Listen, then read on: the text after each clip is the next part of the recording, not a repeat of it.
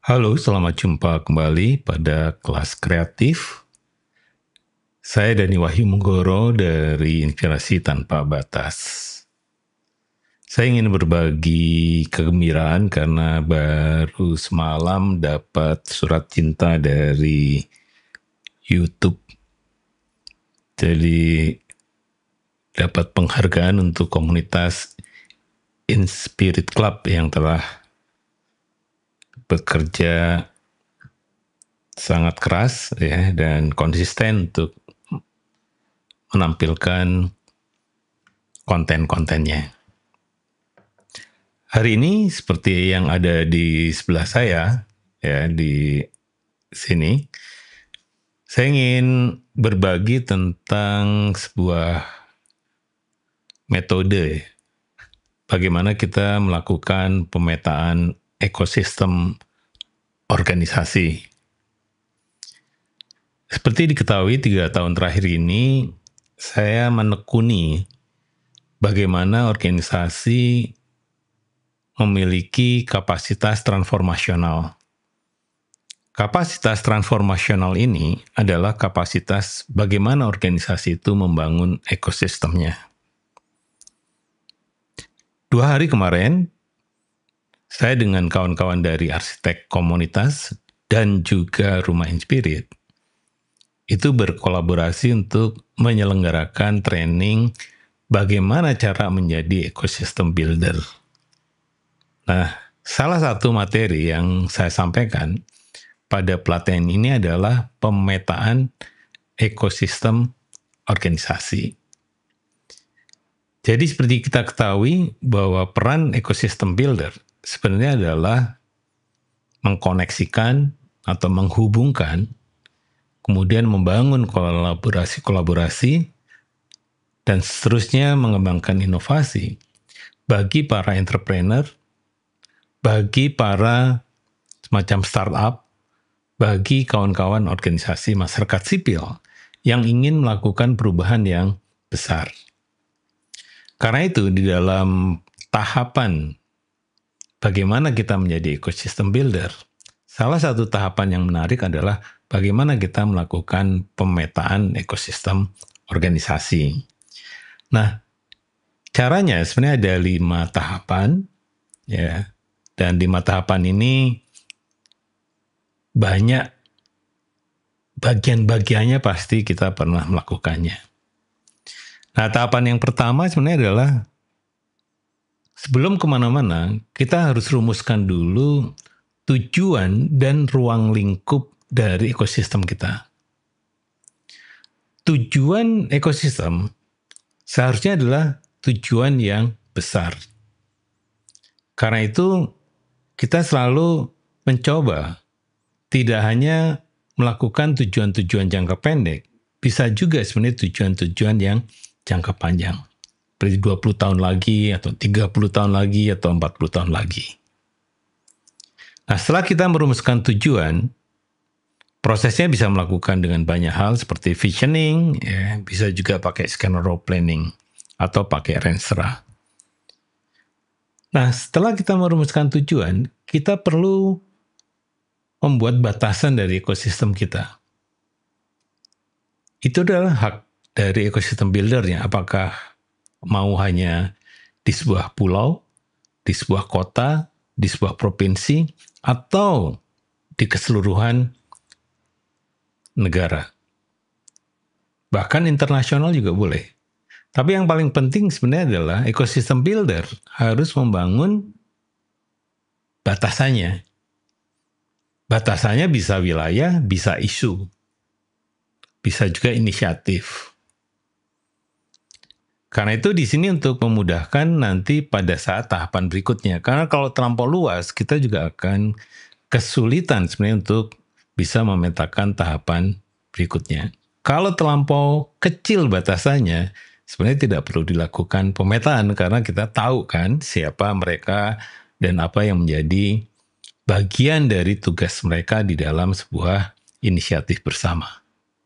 Jadi jelas ini ya, yang pertama sebenarnya adalah bagaimana kita merumuskan tujuan. Apa sebenarnya tujuan perubahan kita? Apa yang pengen kita lihat ya dari seluruh kerja-kerja ekosistem kita ini di tingkat masyarakat.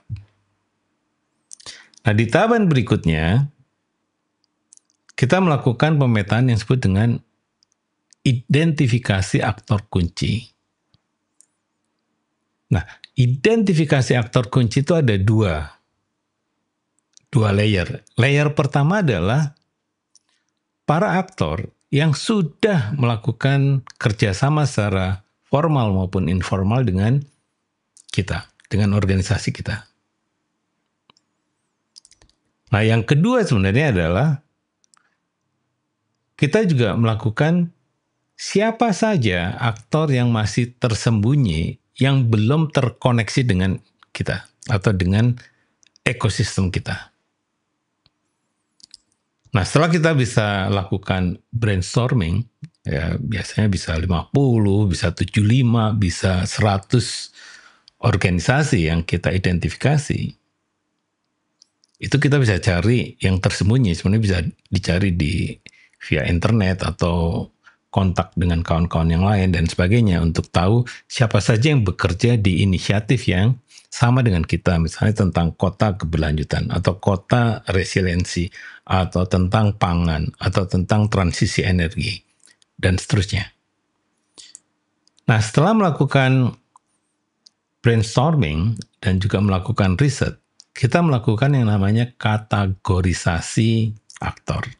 Jadi kelompok ini aktornya harus dikelompokkan, karena kalau 100 ya kita biasanya bisa dibagi 5 atau bagi 6 ya peran-peran utamanya.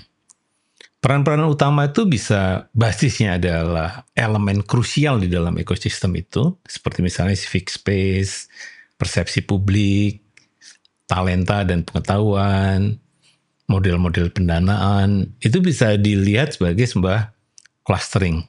Jadi kategorisasi bisa juga dari peran-peran utamanya. Misalnya pemerintah, kemudian ada bisnis, ada peneliti, kemudian ada komunitas di lapangan dan sebagainya juga bisa menggunakan pattern atau pola yang sesuai dengan organisasi Anda. Ya, jadi di sini kategorisasi sebenarnya bisa elemennya, bisa juga peran-peran besarnya. Nah, berikutnya kalau kita belajar tentang pemetaan ini adalah setelah kita petakan ya siapa yang sudah dan siapa yang akan berkolaborasi dengan kita, maka tahapan berikutnya adalah melakukan pemetaan hubungan dan interaksi. Jadi di sini kita bisa melakukan visualisasi ya, mana dari ya semua aktor-aktor yang telah kita identifikasi itu yang paling kuat dan berpengaruh pada tujuan kita. Itu satu interaksi. Bagaimana dana, aliran dana? Siapa yang strong, moderate? Di mana sebenarnya anggaran-anggaran itu ada? Apakah riset, apakah kegiatan lapangan, atau kegiatan advokasi? Silakan dipetakan. Karena itu di sini kita bisa melakukan visualisasi ya, misalnya dengan garis-garis yang ada arah panahnya, pengaruh tadi ya yang disebut pengaruh, apakah pengaruhnya satu arah atau dua arah misalnya.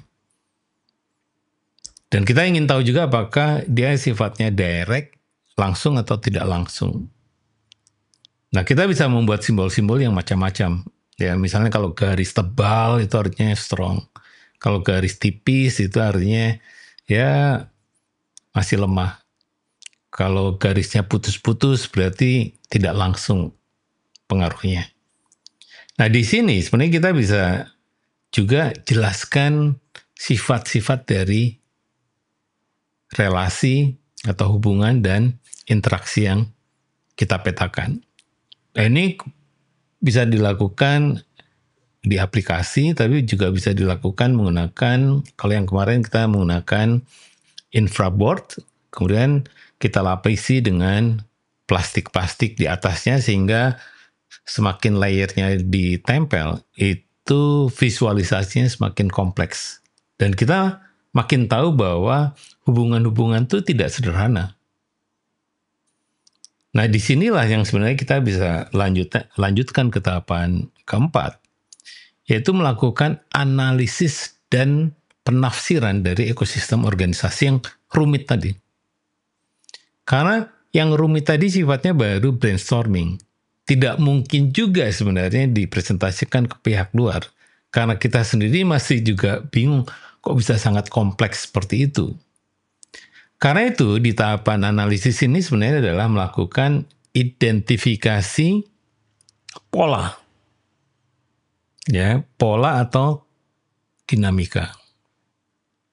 Pola itu maksudnya sebenarnya adalah siapa yang sebenarnya menjadi strong. Apa kesamaan ya dari klaster-klaster yang tadi sudah kita visualisasi. Nah, disinilah sebenarnya kita semacam melakukan yang namanya merapikan. Ya, jadi hasil brainstorming tadi dirapikan berdasarkan pola. Nah, pola ini kan macam-macam kan. Bisa polanya tuh melingkar, bisa segitiga dan sebagainya. Tetapi esensinya sebenarnya di sini adalah kita merapikan apa yang sama, apa yang beda. Nah, baru di tahapan berikutnya kita mencari makna. Ya, memaknai visual peta yang sudah dirapikan.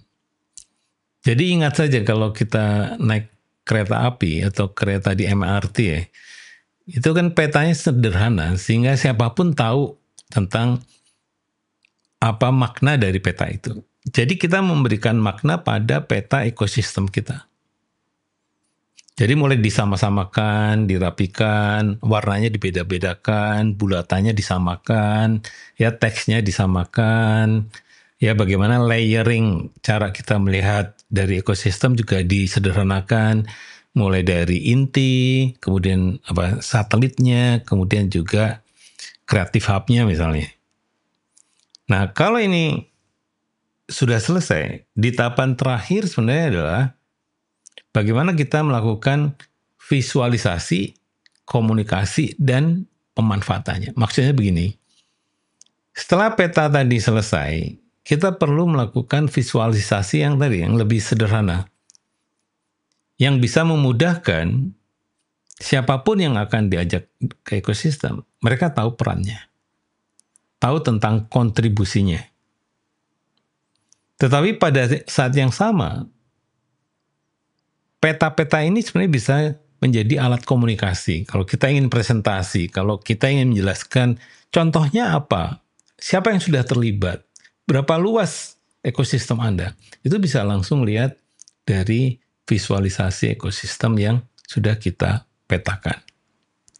Dan yang paling penting sebenarnya adalah bahwa peta ini digunakan untuk perencanaan organisasi. Bagaimana kita punya rencana ya untuk menjadi ekosistem builder. Bagaimana mengajak mereka berkomunikasi, bagaimana mereka diajak untuk berinteraksi, bagaimana mereka diajak untuk saling berhubung, bagaimana mereka diajak untuk berkolaborasi, bagaimana mereka diajak untuk berinovasi. Dan peta ini tidak statis, karena boleh jadi setiap bulan ada ya tanda kutip anggota dari ekosistem baru yang ingin terlibat dan masuk di dalam peta ini. Karena itu usahakan petanya bisa dibangun berbasis pada web. Ya seperti website. Karena itu kalau ada tambahan langsung bisa muncul di peta ekosistem kita. Jadi itu saja tahapan cara pembuatan peta ekosistem. Jadi rumuskan tujuan, ya, kemudian brainstorming tentang aktor-aktor yang akan dan sudah terlibat, kemudian dianalisis, ya, pola dan juga maknanya. Kemudian yang keempat tadi, ya, kita coba rapikan, ya, dan yang terakhir sebenarnya adalah kita lakukan visualisasi sehingga bisa digunakan untuk komunikasi dan juga untuk kepentingan perencanaan dan implementasi untuk membangun ekosistem organisasi.